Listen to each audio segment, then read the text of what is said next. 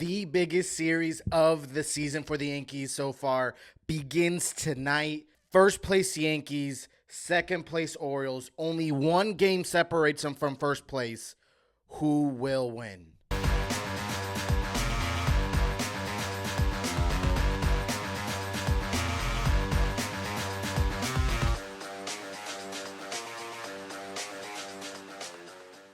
Hey, what is up, guys? This is David from Bronx Banter coming at you with another crazy video. The Yankees just came off of an amazing, dominant series win against the strong Brewers team, which heading into that series, we were, I think, almost essentially tied. They were in first place. Now I don't know where the Brewers stand, but all I know is that the Yankees are in first place right now and are coming across another huge test, arguably or easily the biggest test of the season so far against the second place Orioles right now. Again, one game is separating them. This is against a very, very strong Orioles team. And there's some strengths, there's some weaknesses, just as there's some strengths for the Yankees and some weaknesses for the Yankees. We're going to break all of that down right now. The Orioles are 17-10, while the Yankees are 19-10 with the most wins in all of baseball. And for majority of the season, the Orioles and the Yankees have been battling it out all season. Fairly quietly, the Yankees have been rolling so strong and the Orioles didn't start off to a great start, but have been having a good progression to the season so far outside of the series loss against the A's, which if it wasn't for that, then we'd probably be tied or just a half a game difference. So shout out to the A's for kind of silencing the Orioles a bit. And this is not just any series. This is a 4-game series. So depending on which way the series goes for either team, one of these teams are going to come out in first place and by a good margin. If the Orioles win tonight, knock on wood, don't want that to happen, we're already tied for first place. And I know a lot of you guys are looking at this and like, David, it's too early in the season. Why are we stressed? This is very, very important. Let me remind you that in 2022, a lot of us Yankee fans may remember this season, of course, as a failure because we didn't win the World Series, but also a failure because the second half of the season was one of the worst second halves of baseball we've ever seen from the Yankees in recent memory. But let's also remember that the first half of that season was one of the best runs in Yankees baseball history, easily, in MLB history, easily. So what am I saying in all that? Despite the atrocious second half, because of how strong we led the MLB and the season in the first half of that 2022 season, we were still able to limp, but we were still able to finish the season in first place with 99 wins. So I'm not saying that same thing is going to happen this year, but what I'm saying is these games matter.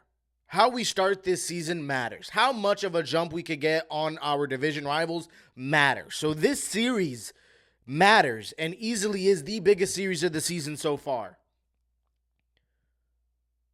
Michael Kay even mentioned that though, it hasn't felt like a lot of baseball has transpired so far, we're already 1/6 of the season, of the way through the season, which is kind of crazy to think. It kind of makes me a little bit sad that I feel like I blinked and already a fraction of the season's gone.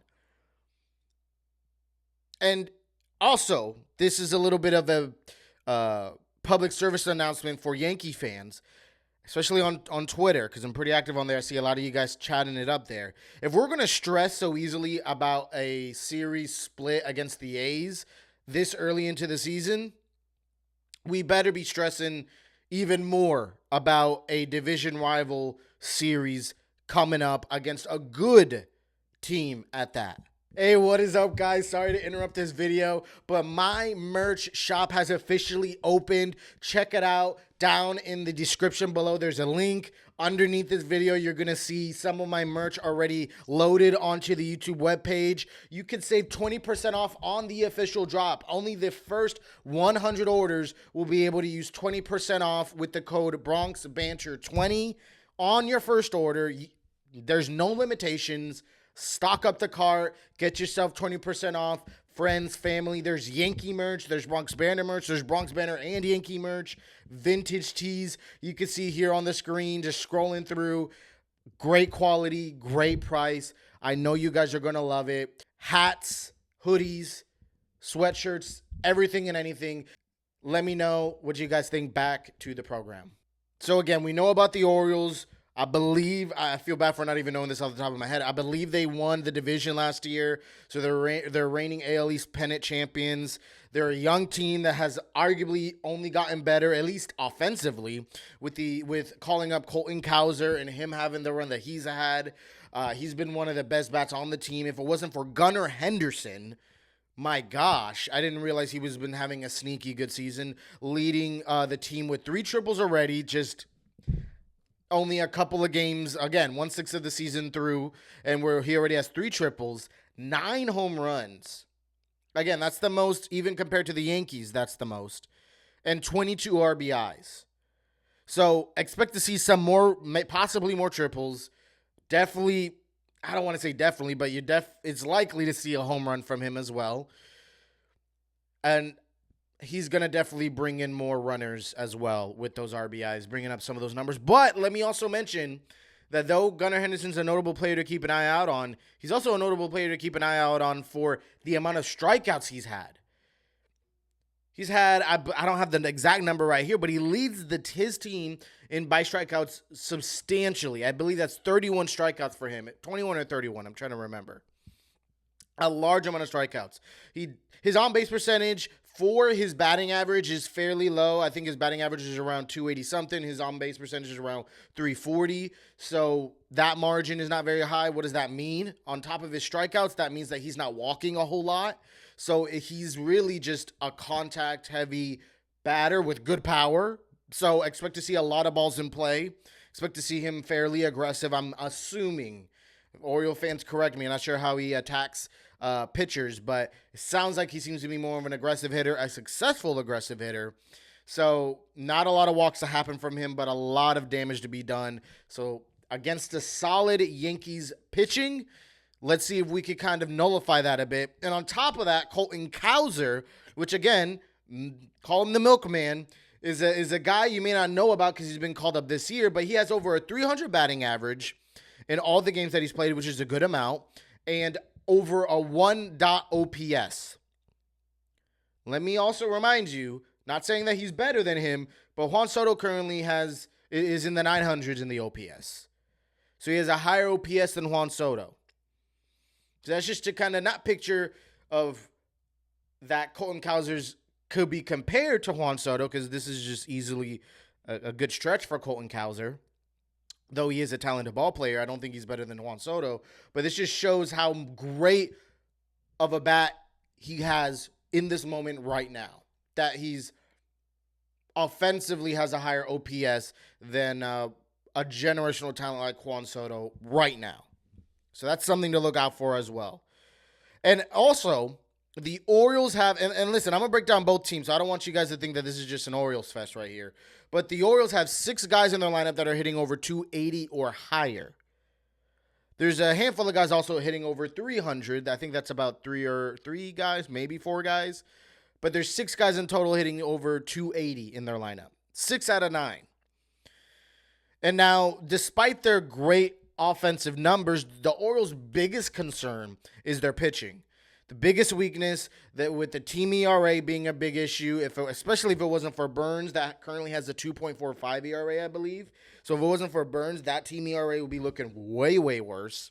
The Yankees have the second best team ERA, I believe at 3.08. While the Orioles, I don't know where their team ERA is at, but I remember that they placed 13th in all of MLB in their team ERA. Again, without Burns, we're looking a lot different as well, I bet. So the biggest outlier here is that the Orioles, though the Yankees have a much better offense than last year and years in the past, the Orioles clearly have a better offense while the Yankees have clearly better pitching. And the biggest marginal difference in pitching for the Yankees, there's a small I believe, advantage for the Yankees in the starting pitching department, despite them having injuries there. The biggest difference is in the relief pitching. The Orioles relief pitching, just looking at the peripherals and the numbers and not really looking at game to game, because I don't watch Orioles games. I'm a Yankees fan. It looks like the Orioles don't have a strong bullpen that they could solely rely on. A lot of the ERA in that bullpen is very high. The Yankees have a few of their guys that aren't, doing too great as well, with a fairly high-ish ERA, not too bad. But we have a handful of guys that can really shut down some offenses. Hamilton, Holmes still has a 0 ERA and leads MLB with 13 saves. So we have a few other guys as well. Ron Marinaccio has been having a good fair stretch as well. So that's just to name a few. So it's the biggest difference here is kind of how far can the Yankees shut down the Orioles offense, and the Yankees have a good response with very, very good bullpen and a reliable enough of a starting pitching that if the Yankees can strike first or strike a good amount of runs against a not so great Orioles pitching, at least compared to the Yankees, then the Yankees are looking at a favorable series for them. Now, though I said the Orioles have a great offense, let me also break down the other numbers offensively for the Yankees. Like I said, the Orioles, or at least I said with Gunnar Henderson, he has good offense, but doesn't walk a lot. Doesn't have a super, super high on base percentage compared to his average. So he doesn't walk a lot, but one team that does are the Yankees. The Yankees lead the MLB in on-base percentage and has an on-base percentage much, much better than the Orioles, despite the Orioles' great ability to get home runs. They rank top in the major leagues in home runs for the Orioles. Average as well, they do a great job at. But one thing that they don't do as good of a job as the Yankees in is on-base percentage and walks, which we know how great this team is at walking, at even putting the ball in play. And even the Yankees, despite the great offense of the Orioles that I mentioned, just has the slightest edge over the Orioles in hits as well. Not as much in runs scored or RBIs. So this tells me that the Yankees, which us Yankee fans know, have an issue with runners in scoring position. The Yankees could get on base at a great clip. The Yankees could get a good amount of hits, more hits than the Orioles as a team. But one thing that they're having issues with that the Orioles edge them up on is RBIs and runs scored. So not only is it going to be how does the Yankees pitching shut down how does this solid, good Yankees pitching shut down a good, strong offense of the Orioles, but it's also how can the Yankees capitalize on the Orioles' not as great of a pitching staff and really cash in runs when we got runners on. We saw what happened in the last series when the Yankees were able to do that with runners in scoring position. They scored 36 runs in 3 games. That's an average of 12 runs a game. I promise you, if the Yankees could do that, they're sweeping this series, because I think the Yankees pitching staff can hold down the Orioles' strong offense enough if that's what the Yankees are going to do. Now, I don't think the Yankees are going to score 12 runs average in this Orioles series, but if the Yankees could come into the series as hot as they have, and the Orioles could, but if the Orioles are in a little bit of a bump in the road, losing the series to the A's, which let's put a little bit of respect on the A's team. Despite everything they're going through, they're playing decent brand of baseball. This could be looking like a favorable series for the Yankees. The biggest question is if the Yankees could push in runners in scoring position, and if the solid, good Yankees pitching has enough in them to hold down the great Orioles offense, young Orioles offense, speedy even Orioles offense,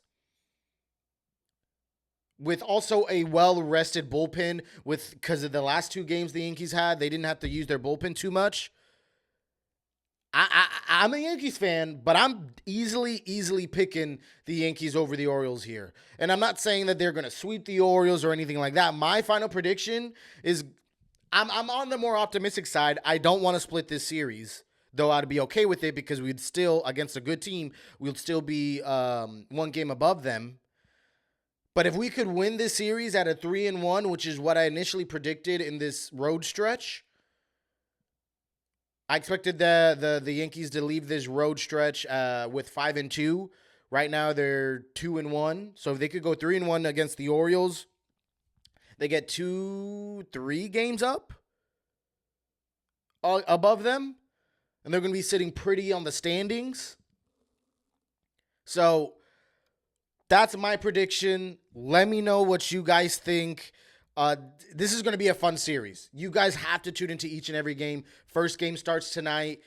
Man, you're not going to want to miss it. Again, my prediction is 3-1. I understand if a lot of you guys think we're going to split the series. But if you Oriole fans are tuning in, or just general baseball fans tuning in and know a bit about the Orioles, let me know what you think. Am I far off? Am I not far off? Again, all of my predictions have been based off of cold hard stats. So I don't have the eye test to really go off of on the Orioles. I have the eye test on the Yankees. And right now we have a handful of bats that have been resurging. Judge is waking up and has had a good career against the Orioles. Glaber has been waking up and has had a good career, really good career against the Orioles. So they're going to be coming in hot. Then you have Rizzo that is also, I'm not sure how he's done against the Orioles, but is having a great stretch right now coming from the Brewers. Juan Soto's Juan Soto. Volpe is slowly and surely starting to heat up again. So that's just to name a couple of guys.